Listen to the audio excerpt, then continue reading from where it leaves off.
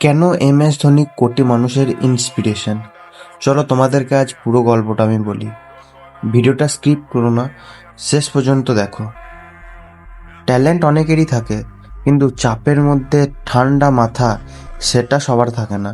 আর সেই কারণেই মহেন্দ্র সিং ধোনি শুধু একজন ক্রিকেটার না, তিনি হলেন একজন ইমোশনাল প্লেয়ার। একটা শহর রাঁচি থেকে উঠে আসা একটা ছেলে, যার কাছে ছিল না বড় কানেকশন, না ছিল glamorous background. Station ticket checker হিসেবে কাজ করতো, দিনে চাকরি রাতে স্বপ্ন। কিন্তু ধোনির একটা জিনিস আলাদা ছিল, সে কখনো পরিস্থিতিকে ভয় পেত না। 2004 সালে ইন্ডিয়া ডেবিউ আর প্রথম ম্যাচেই রান আউট। অনেকেই ভেবেছিল এই ছেলে বেশি দিন টিকবে না, কিন্তু ধোনি থামেনি। তারপর আসে সেই আইকনিক ইনিংস 148 এগেন্স্ট পাকিস্তান। পুরো ওয়ার্ল্ড প্রথমবার বুঝেছিল এই ছেলেটা আলাদা।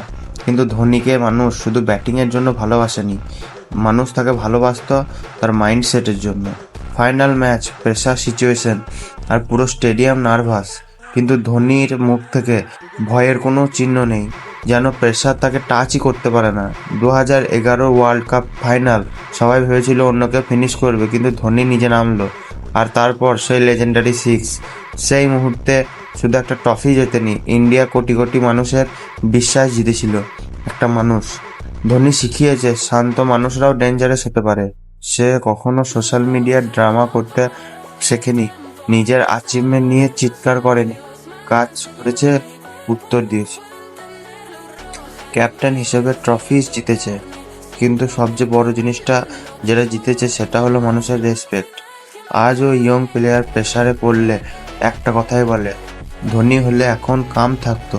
কারণ ধোনি শুধু ক্রিকেট খেলেনি, সে মানুষকে শিখিয়েছে খারাপ সময়েও মাথা ঠান্ডা রাখতে হয়। তাই MS ধোনি আজ কোটি মানুষের ইন্সপিরেশন। ভিডিওটা ভালো লাগলে একটা লাইক, একটা কমেন্ট এবং একটা শেয়ার করে দিও, এবং চ্যানেলটাকে সাবস্ক্রাইব করে দিও।